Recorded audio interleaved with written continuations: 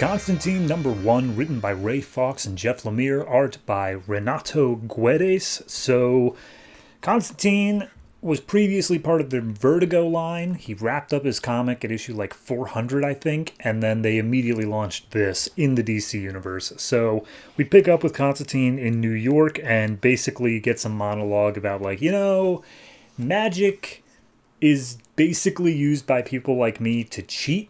Like, we use it in order to get things that we don't deserve, but no matter what, magic ends up having a cost and somebody's got to pay for it. And so we see him making his way back home. He's in New York instead of England for whatever reason, and waiting for him there is a guy named Chris, who apparently has been hearing voices. So he gets into a pet shop where he is living underneath that because apparently animals screw with divination magic or something like that.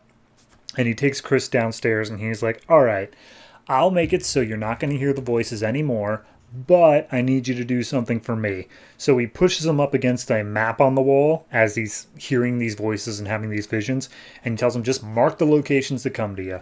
And he says something about Croydon's compass and a needle burning. And as soon as he passes out, Constantine's like, all right, Croydon's compass is belonging to this ancient, not even ancient, I think it was like 100 years ago, but this sorcerer named Angus Croydon, who did a whole lot of like sacrifice and cannibalism and stuff like that. And as such, he made a compass that can point to basically any magical item so that it could be collected by him. So it was broken up into 3 pieces, and now he has a map leading to all 3. So he hops on a plane with Chris, and he gets a drink from the flight attendant, and he remarks like, she's good. She's really good. However, she put poison in my drink, and I noticed it. So he rushes off to the bathroom as if he's been poisoned, and the flight attendant's like, oh, we got you. The cold flame has got you. And Constantine just grabs her, pulls her into the bathroom, and just like, I didn't drink it, you idiot. So at that point, she says a magic spell, bursts into flames, and Constantine just goes back to his seat as normal. And Chris is like, hey, can I have part of your drink? And he's like, no, that's not a good idea. So they land where the needle supposedly is, which is in Norway. And they make a joke about some Norwegian food smelling bad before they arrive at a hotel that is made completely out of ice. And he's like, yeah, this is got some magical properties or something like that. Either way, he makes his way into the chapel where there's a fire and some, altars and stuff like that. He breaks the altar, and inside is the needle that he's looking for. And at that point, Chris freaks out again, and he starts muttering something about Sargon is here. And Constantine's like, crap, not Sargon.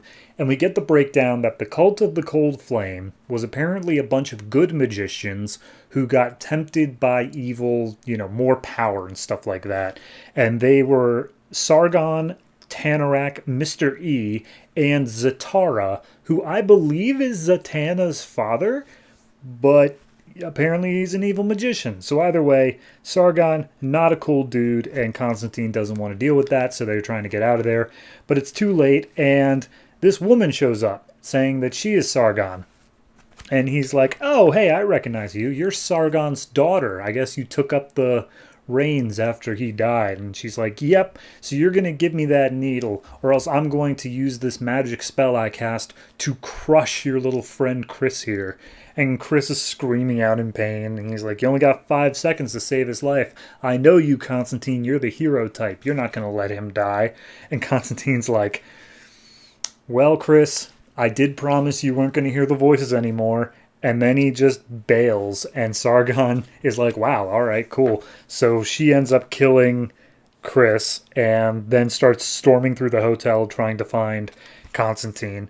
She makes it outside and see Constantine has made a whole bunch of illusions of duplicate cabs that he's getting into. And so she starts blowing them all up one by one. But it turns out he never got in a cab at all. He was just over the ridge of snow nearby, and he's just walking his way back to the main road. And then he's like, it's like I said, no matter what, magic has a cost, and somebody's going to pay for it. Sorry, Chris. And that's it. Now he's off to find the other 2 parts of the compass, which are the lens and I think it was the dial, something like that. But either way, 3 parts of the MacGuffin, and then we'll see what's up from there. this was fine. It was a fine enough first issue. You know, it's basically just setting up, hey, in case you don't know what Constantine is, what his whole deal is, he's a dick and he does magic. And that's all we're really getting from this. It's a necessary issue, but for somebody who has been reading things like Justice League Dark and iVampire this whole time, it feels very unnecessary because I know who Constantine is. I'm aware of his shtick. I didn't need a refresher course. So for me personally, a little bit weak, but I understand the necessity of it. Art-wise, looks fine, looks great. It's a little bit more stylistic than just house style, but not by much. It's pretty spot on with that. So yeah, overall, I got to give this one I give it like a 6.5. It's just an average issue, nothing stand out, nothing great, which might be bad for a first issue, but hey, at least it's trying something.